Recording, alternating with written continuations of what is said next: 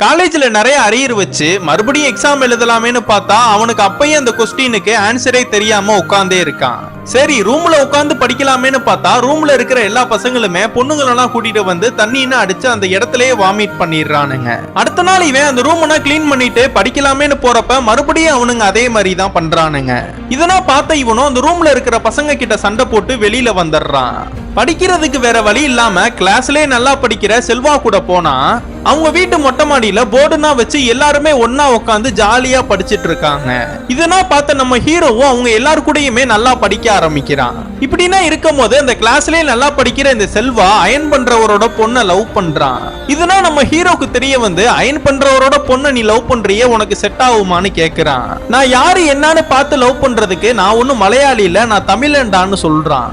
இவன் செல்வா கூட உட்காந்து நல்லா ஒழுங்கா படிச்சனாலேயே ஒரே வருஷத்திலேயே 18 பேப்பரை அரியர் கிளியர் பண்ணிருப்பான். இதனாலே அந்த கிளாஸ்ல இருக்கிற அந்த செல்வாவை எல்லாருக்குமே அவனை ரொம்ப பிடிக்க ஆரம்பிக்குது. நான் இவ்வளவு தூரம் அரியர்னா கிளியர் பண்ணி பாஸ் ஆயிருக்கேனா அதுக்கு நீ தான்டா காரணம்னு நம்ம ஹீரோவும் சொல்றான். காலேஜ் முடிஞ்சு எல்லாருமே ரோட்ல வீட்டுக்கு நடந்து போறப்ப ஒருத்தவங்களுக்கு ஆக்சிடென்ட் ஆயிருது. யாரான்னு போய் பார்த்தா நம்ம செல்வாக்கு தான் ஆக்சிடென்ட் ஆயிருக்கு. நம்ம செல்வாக்கு ஆக்சிடென்ட் ஆனதுல அவன் இறந்தே போயிருப்பான். அதனால அவனோட இறுதி சடங்கு அந்த காலேஜ்ல படிக்கிற எல்லா ஸ்டூடெண்ட்ஸுமே வந்துட்டு போவாங்க. நம்ம செல்வா போனதுக்கு அப்புறம் நம்ம செல்வா ஆசைப்பட்ட மாதிரியே எல்லாருமே ஒன்னா சேர்ந்து நல்லா படிச்சு எக்ஸாம்னா எழுதுறாங்க. நம்ம செல்வா லவ் பண்ற பொண்ணுக்கு செல்வா சாரீனா வாங்கி வச்சிருப்பான். அதெல்லாம் பார்த்த இவனும் ரொம்ப ஃபீல் பண்றான். அப்படியே நம்ம தட்சணாவும் நம்ம ஹீரோ கூட கொஞ்சம் கொஞ்சமா பேச ஆரம்பிக்கிறா. இவங்க எல்லாருமே காலேஜ்ல ஃபைனல் இயர் படிக்கிறனால அந்த காலேஜ் லைஃபே முடிய போகுது. அதனால எல்லாருமே ஒன்னா இருக்காங்க. கடைசியா காலேஜ்னா முடிஞ்சு ஃபேர்வெல்லாம் கொண்டாடி நம்ம ஹீரோவும் சொந்த ஊருக்கு போறதுக்காக ரயில்வே ஸ்டேஷன்ல நிக்கிறான். அப்ப நம்ம தட்சணாவும் நம்ம ஹீரோவை வழி அனுப்புறதுக்காக ஸ்டேஷனுக்கு வந்திருப்பா.